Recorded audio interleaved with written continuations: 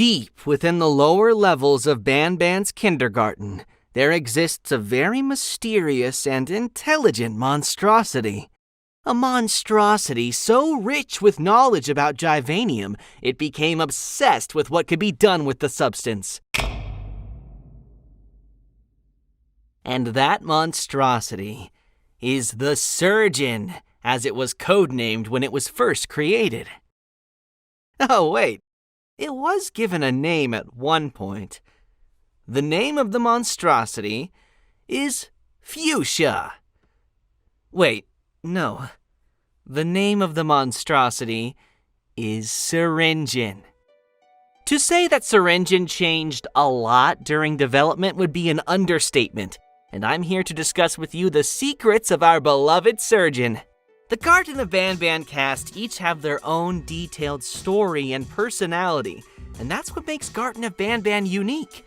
Join me on the second episode of the Banban Chronicles, narrated by me, Ty Coker, the voice actor of Bittergiggle, a series where we dedicate each episode to discussing the histories and secrets of a member of the Garten of Banban cast.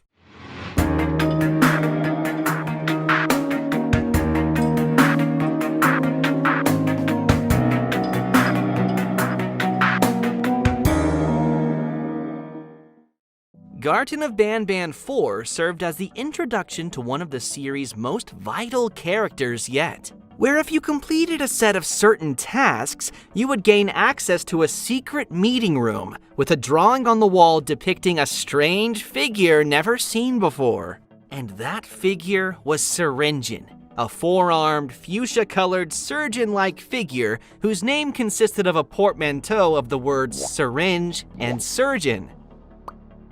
But what if I told you that Syringeon's final appearance is the last of many iterations that came before it, and that he looked very different from when he was first sketched? The first iteration of Cyringeon was first sketched when the Euphoric brothers were playing cards while drawing concepts in a nearby notebook. Liking what they doodled and thinking they could make something bigger of it, they got to work. The result was what you are currently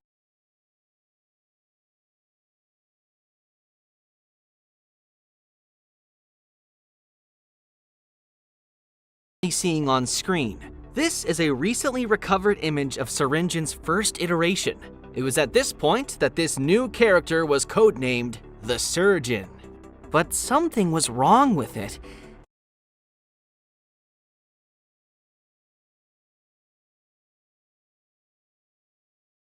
It looked too cute. Sorry, Syringeon number 1. The surgeon was then given 2 more arms to give it more surgical tools, and the location of the mouth was readjusted, thinking it would make it much more intimidating in its 3D version. One of these surgical tools was originally going to be a knife or a scalpel, which was then replaced with the mechanical grabbing hand, as it didn't make sense to not give him any way of grabbing objects. And also to make this new character stand out more, its color was changed from the light blue it originally had to the final fuchsia color it currently possesses. As a result of this new color, it was temporarily given the name Fuchsia, which the name Cyringeon was later used as a substitute for. And with that, the Cyringeon in his 2D form we know today was born, where he later finally debuted in his physical form in Garten of Banban 7, with voice actor Ray O'Hare playing his role.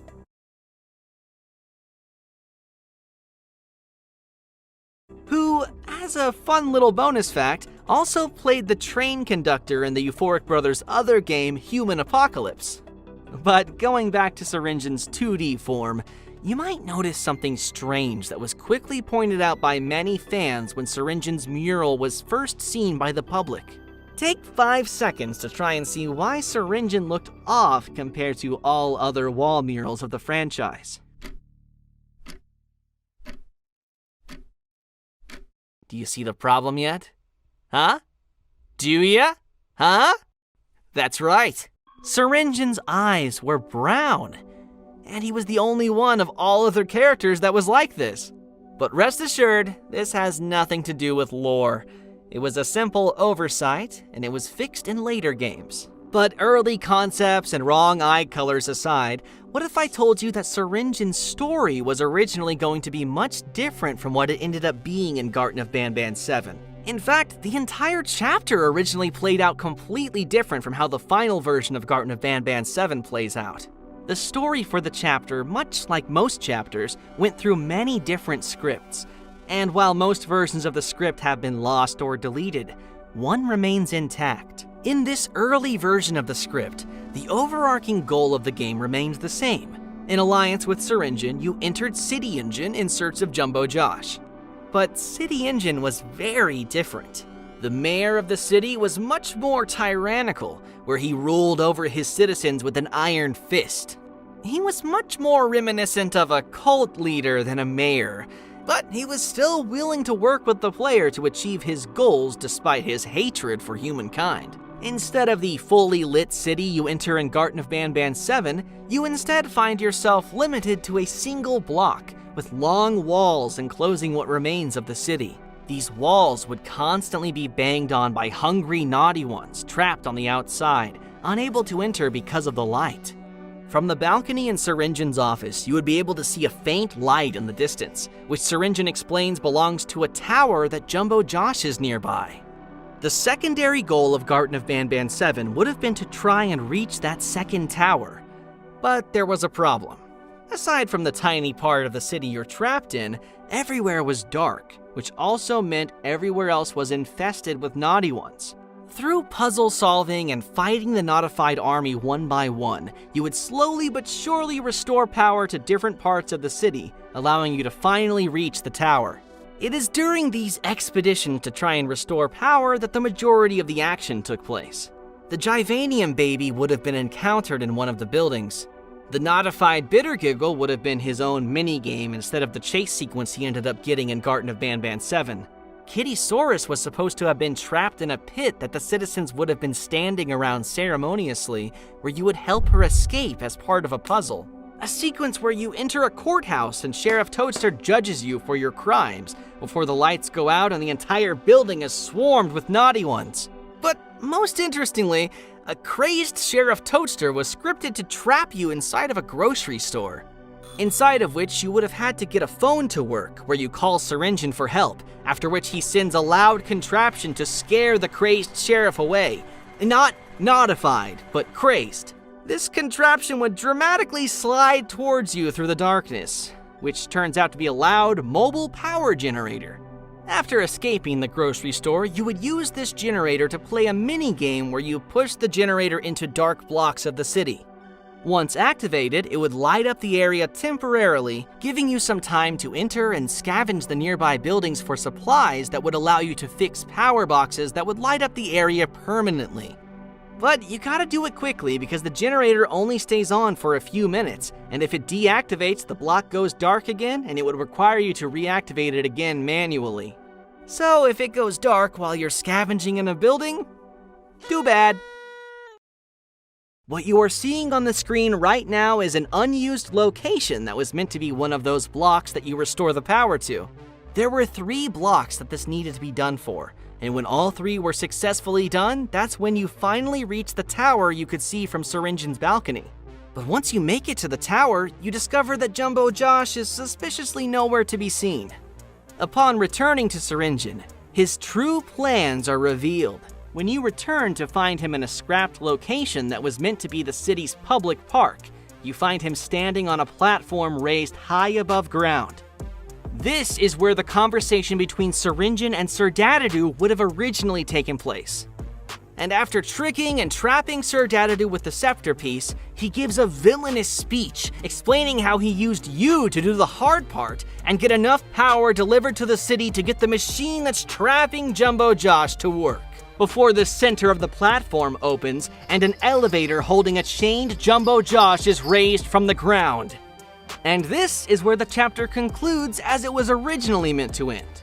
As with the last Banban Chronicles episode, please do let us know your thoughts about this original version of the script. This sequence of events turned out to be much cooler on paper than it was a playable experience, and that's why this version of the script was scrapped for the most part.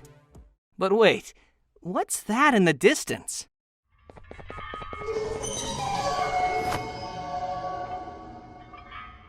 Stay tuned for the next episode of the Ban Chronicles, where the secrets and history of another character will be revealed. Comment down below which character you want to learn more about next, and say it with me, keep on banning!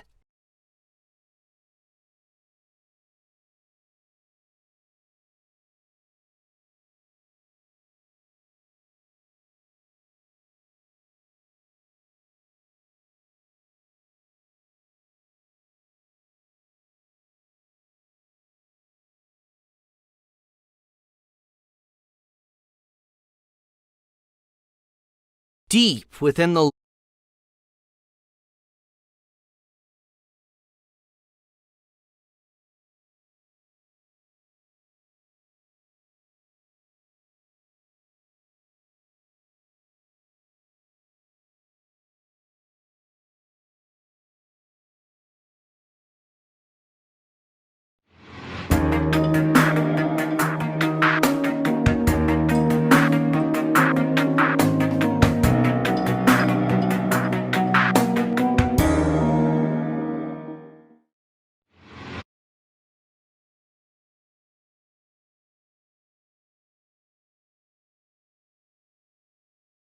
lower levels of Ban's